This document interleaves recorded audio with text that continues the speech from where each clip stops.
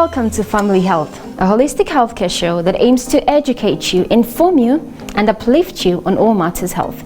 My name is Liz and I'll be your host for today. If there's one thing I always say, it's the fact that God gave us bodies that work very well. But we all know that once in a while we get ill. And sometimes some of these illnesses can actually be prevented. And we're looking at such an illness today. Today, we're focusing on cardiovascular diseases. Now, this just means diseases of the heart and diseases of the veins and the arteries, basically the blood vessels. According to the WHO, cardiovascular disease is actually the leading cause of death worldwide. That means this is the number one reason why people die of illness in the whole world, which is quite a big thing and a cause for concern. We really want to get into it today.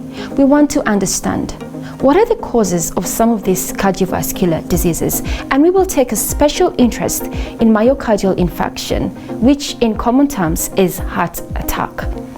Now, we want to speak to different healthcare professionals, and we are actually speaking to two different doctors today because we want to get a very thorough understanding. We'll also be looking at some diagnostic procedures. We'll be looking at some of the things you can do, some of the foods you can eat, exercises you can do to protect yourself or protect a loved one. Today's show is going to be very informative, and if there's one show that I feel would really help you or a loved one, it's this one. You never know. Some of the things you learn here might just save somebody's life. Why don't you join us as we embark on this journey? My name is Dr. Daniel Dwiga. I'm a physician and cardiologist and electrophysiologist. That means I take care of what is known as chronic medical ailments. We treat them with medication. I also take care of the heart as my primary area of specialization, and in particular, abnormal heart rhythms. Unfortunately, cardiovascular disease is actually increasing in terms of prevalence. This has followed the rise in incidence and prevalence of high blood pressure. Recent data looking at Kenya and especially the urban centers as a whole is talking about rising incidence of this, so that we are approaching about 36% in the urban centers especially. Looking at hospital data, studies done in Kisumu and in an area in Kibera have indicated that adults visiting the hospitals, about 44% of them are having high blood pressure. So that does lend to more or increased cardiovascular disease burden in this country. Long ago we used to say that guys living in the rural areas don't have as much of cardiovascular disease, but unfortunately incidence and prevalence is actually increasing. This has followed our use of salt, sedentary lifestyle, smoking, and so it's across the board, both rural and urban areas. So what exactly is cardiovascular disease? Cardiovascular disease is disease that affects the system in the body that supports and carries out the function of circulating blood. So talking about the heart, the blood vessels, which are in several different grades, several different systems.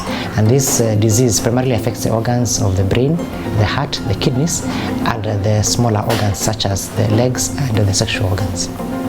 Now, today our focus is on heart attack, which is a fairly common condition with millions of cases occurring yearly. What is it and what are the risk factors? And generally for cardiovascular disease, we talk about what is modifiable and unmodifiable. We talk about factors that are inherent to us. For instance, I'm a man of 46 years.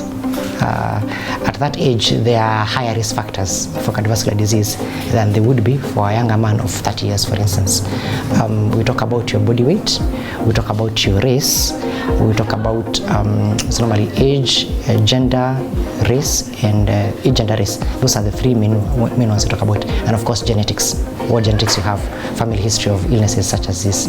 Modifiable ones talk about your weight, talk about your lifestyle, talk about your diet, and talk about social evils or social ills such as smoking and drinking. So what exactly is a heart attack? Heart attack basically refers to a sudden cessation in the blood flow to one or more arteries that supply the muscle of the heart. These are the coronary arteries. Risk factors are aspects of a person's lifestyle or behavior that can be changed to reduce the risk of developing certain health conditions. What are some of the risk factors for heart disease? The primary risk factors have to do with the modifiable and unmodifiable, so that these things are more common in the elderly. They are common in males, they are more common in diabetics and hypertensives. They are more common when someone is a smoker. They are more common if there's been family history of heart disease or some family history of sudden cardiac death, sudden death that had a reference to the heart. They are more common when someone has, for instance, there are some diseases we talk about where there are more clots in the blood. Yeah, they are more common with high cholesterol. The prevalence of congenital heart disease varies globally, but it is estimated that it occurs in approximately 1% of live births. What exactly is it? We have heart disease that comes from the developmental aspect of a child when they are being developed inside their mother's womb. It's fairly common, but incidence is low because it's less than 5% of our population. It normally follows other illnesses that come or that children are born with. For instance, the most prevalent congenital heart disease that we know worldwide has been Down syndrome. There are some that don't have anything out you can see externally, but the heart actually has problems. Now, one of the key measurements that are a basic indicator of one's cardiovascular health is a BMI and blood pressure measurement. Let's observe how this is done. Kevin steps onto the BMI machine and his height and weight are measured. The resulting number 26 is his BMI, which is basically a measure of his body fat based on weight and height. Next, the nurse takes his blood pressure and records this, as this is part of the heart health assessment process. Now, smoking, which can be quite addictive, has a detrimental effect on cardiovascular disease. Smoking is one of the most significant risks and propellers of cardiovascular disease that we have. And we know that cessation of smoking increases somebody's life by up to 15 years. We know that smoking on its own doubles and even triples the risk of sudden death in male adults and female adults. The less we smoke, the better it is, the healthier we're going to be, the more clear our lungs are, the less the risk of heart attack we'll have. And how does cholesterol contribute to heart disease? Cholesterol is significant. Cholesterol does layer the blood vessels, makes them narrow, increases our blood pressure, and then has a risk of, we call it rupture, and then sudden blockage of the blood vessels, causing strokes, heart attacks, kidney problems. Try and minimize on the fatty foods, eat more of the traditional foods, and eat early. How is a heart attack diagnosed? Usually we check at the symptoms first. Then we have even from the basic test like chest x-ray that can show an enlarged heart.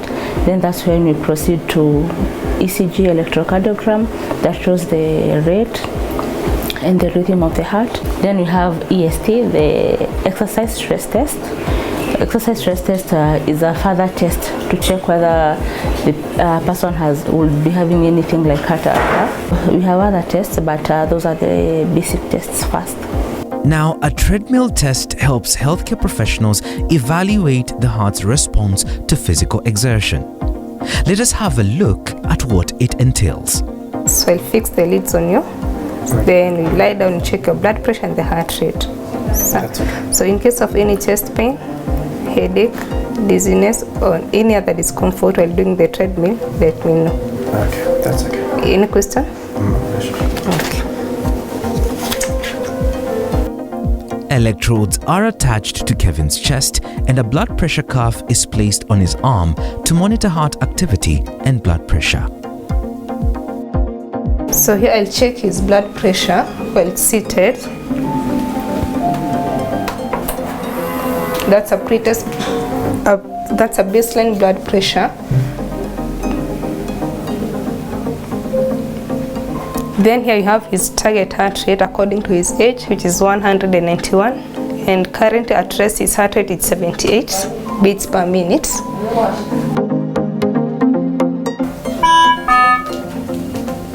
So his baseline blood pressure is 117/85, which is normal. So we can start the treadmill.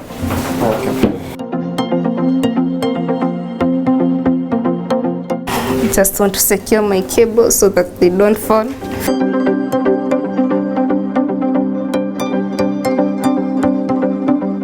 So I want to demonstrate to my patient what he'll do. Make sure you can support yourself here or here. So make sure you walk, you move forward, don't stand without telling me. So once you start the treadmill, So I want you to walk. So just walk. Yeah, the normal walk. You can hold here or here. So in case of any discomfort, let me know. Are you okay? Yeah, I'm okay. It's your turn. So you have 3 stages. In case you feel any chest pain, let me know. In case of difficulty in breathing, dizziness or headache, let me know. Are you ready? Yes, I'm ready. Yeah, starting, walk.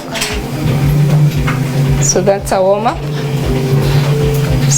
Starting the exercise. So as he does the test, I'll be checking his heart rate and the changes, the ECG changes, whether they have EST changes or any arrhythmia during the exercise, and the blood pressure as well.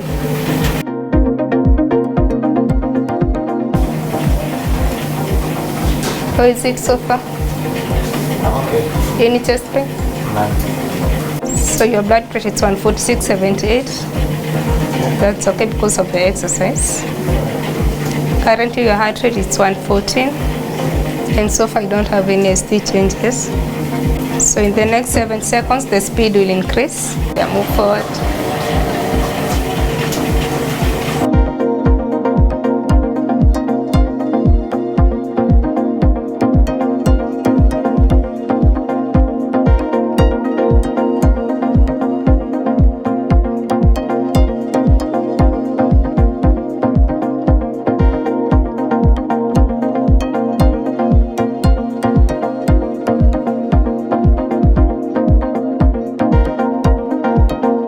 The treadmill test is finished as it comes to a gradual stop. So if a patient gets chest pain while doing the exercise, you should not continue, because that's one sign of maybe of a heart attack, yeah, or a blocked vessels, heart vessels. And does the blood pressure go really high in some cases? In some cases, the blood pressure can go high before we attain the target protocol, and if the pressure goes high, we should stop. For all the person, we have a modified Bruce protocol. Like you see, like maybe a 70-year-old who can be able to walk faster. We have a modified. It's not faster as this one. It's the higher level. We have a modified for a person can be able to walk. You know, I've realized that there's a common thread across all the doctors that I speak to, and the most common thing I find they talk about, which is a big contributor to all these diseases, is sugar, lack of exercise, and basically our diet. And another thing I've heard the doctors say, even on this episode to do with the heart, is how much those things can actually protect you. Whether you're from a family that has heart disease, maybe your father or your uncle or somebody you know got it. If you do some of these things, you stand a high chance of keeping heart disease at bay, which is why we are so keen on giving you this information. Now I'm just curious, if you're at home, do you know anybody that may have any heart disease or suffered from a heart attack? What was your experience? What would you do different now that we've gotten this far in the show? Please let us know via SMS on 20316 or WhatsApp on 0786 316 316. See you after the short break.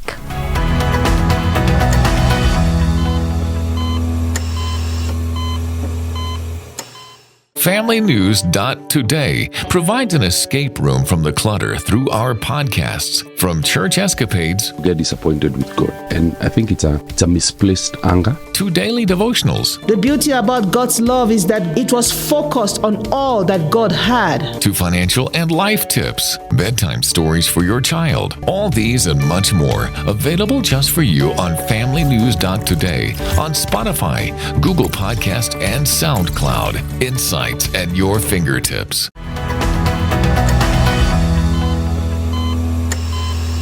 Welcome back to Family Health. If you're just joining us, today we are dealing with cardiovascular disease, which is basically a disease of the heart and the blood vessels, with a particular interest in myocardial infarction, which in common terms means heart attack.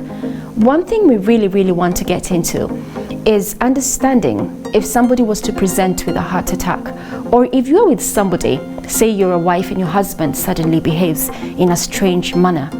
How would you know and what should you do next? It's very, very important. We are also going to keep looking at some of those diagnostic procedures that we saw that give a very, very thorough insight into what exactly is happening in the 4 chambers of your heart. Let's have a listen. What symptoms do patients tend to present within the event of a heart attack?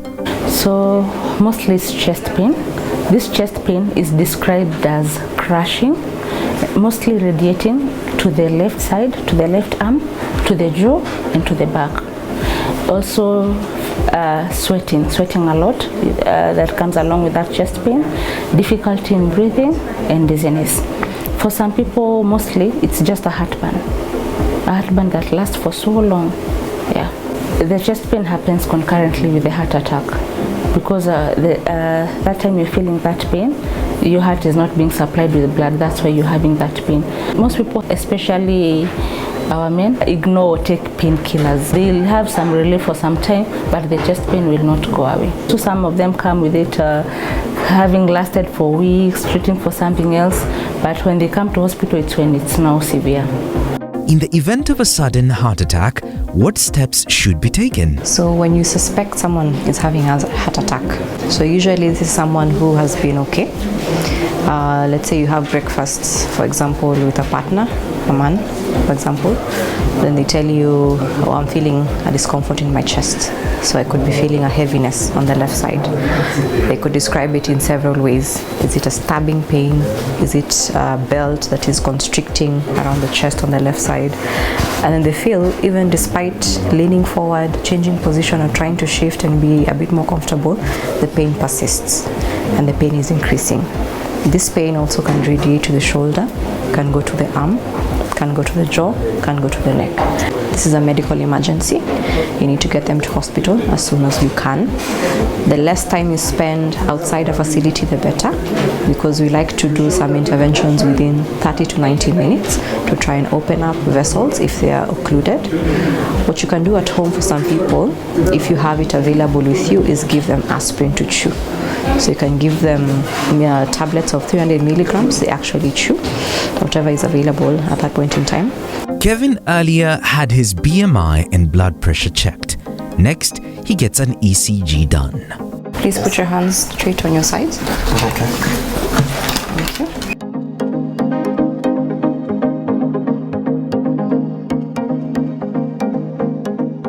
So this is an ECG, an electrocardiogram. So what we want to do is look at the electrical activity of the heart, but we're testing that from the surface on the skin. We're not going into the heart itself. So the machine is able to pick up small electrical changes, and the way we've set up the leads. So what we see attached on the chest and the hands and the legs are called leads. So there are particular landmarks on the chest that we put them on, because this is where the heart is actually situated. So we want to see the direction the current is taking, what is the magnitude of the current, what is the rate the heart is beating at. So are we beating too fast? Are we beating too slow? Is the current too little? Are there areas current is not flowing? Because it gives us a clue about what could be happening. Could they be having a heart attack? So this is one of the tests that we do to assess how the heart is functioning. So you look at the history and then we do an ECG. It is not used as a standalone kind of a test, because the only thing it will tell us at this point in time, how is the current flowing. So I started by attaching the leads, looking at the particular landmarks that I mentioned. And once we attach that, we come to the machine here, and then we look at the rhythm that is actually showing us. So we are able to analyze what rhythm it is, are there any abnormalities. When you're satisfied with it, then we get a printout. This is now a printout of what we would see on an ECG. So we have the patient details.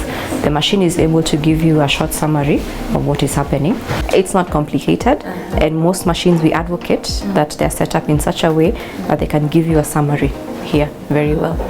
So they're able to give you a summary, and then you're able to send this to someone for a consult. This one is saying that this is normal sinus rhythm with sinus arrhythmia, which is normal for him. He is young, he is active, and is in good health. Kevin finishes with an echocardiogram. This is echocardiogram, short formed as echo. It's an ultrasound of the heart. So as you see, it's best done when the patient is lying on the side. This is where we get to see on the screen the heart on ultrasound.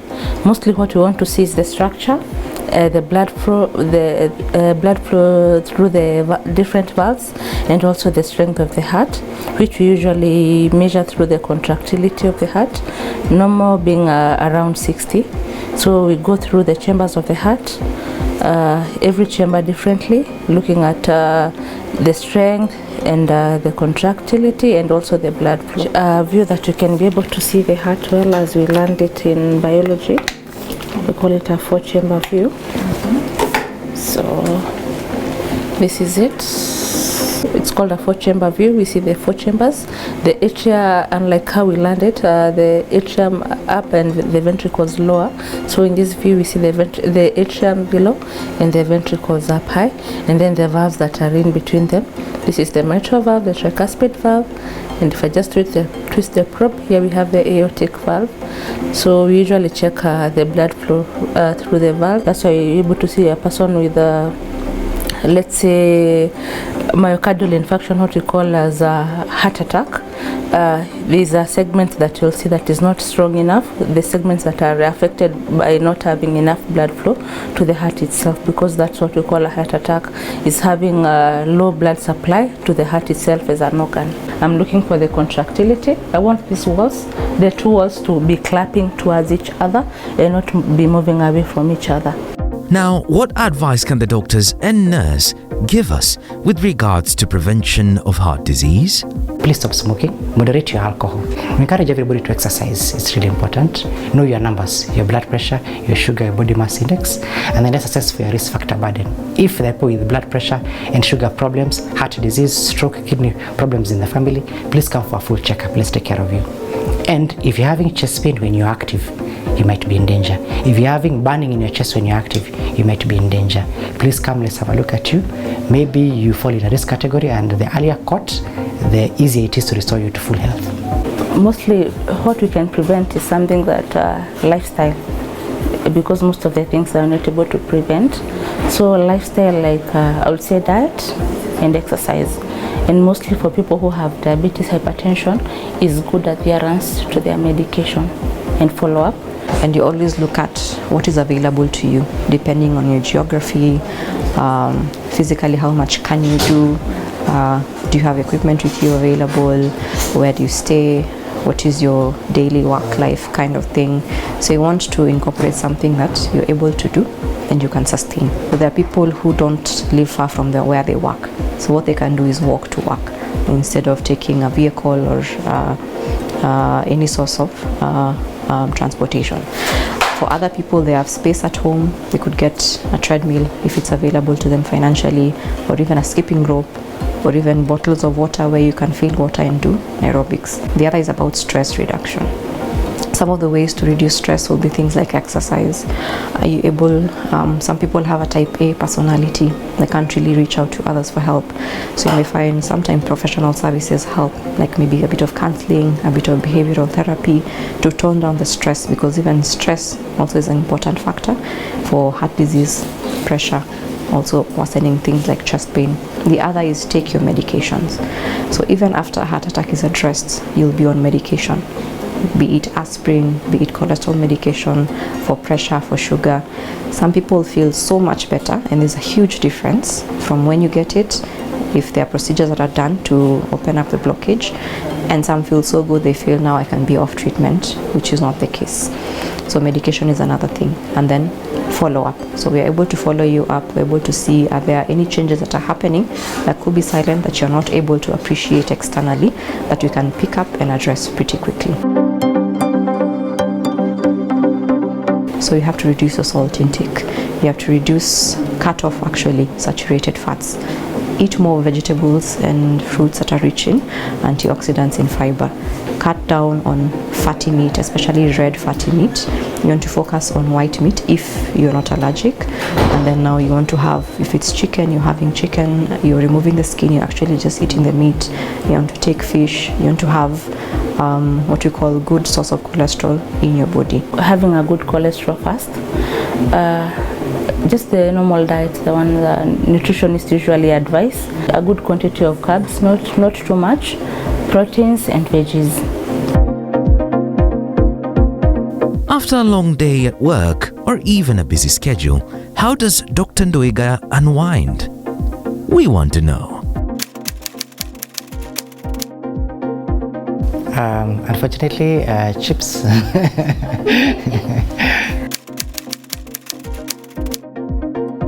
I'm a morning person. Playing with my friends. We played so many games with my friends. Yes, I am a singer. I do very well in the bathroom. Those talents are yet to be exploited properly. Adequate time for rest and relaxation. Sometimes that's a battle. And I do enjoy a bit of walking, leisure walking, and a bit of basketball. And there you have it. I mean, what did you think? I'm really curious to know. But my aim for today was to really educate you, because we all know somebody, might be a friend, might be a distant relative, I mean, might be even somebody we saw on the news that had a heart attack. And sometimes we know somebody that literally had a heart attack and fell down and died on the spot. That is why it is such a serious thing to deal with. And that is why we really wanted to educate you today. I hope that you now feel at least empowered to be able to deal with it, to be able to educate somebody, and just to be able to make everybody around you more aware about this illness. It was lovely being with you on the show. I do look forward to our next episode right here at Family Health. And as I go, there's one thing I always say, look, pray for your heart, not just the spiritual heart. You know, you have this spiritual heart where you're like, oh, I'm feeling heartbroken or something. Yes, pray for that one, but also pray for the organ that literally beats every day. And the day that organ stops beating, unfortunately, is the day that we all die. So don't forget to pray for it. Have a lovely one.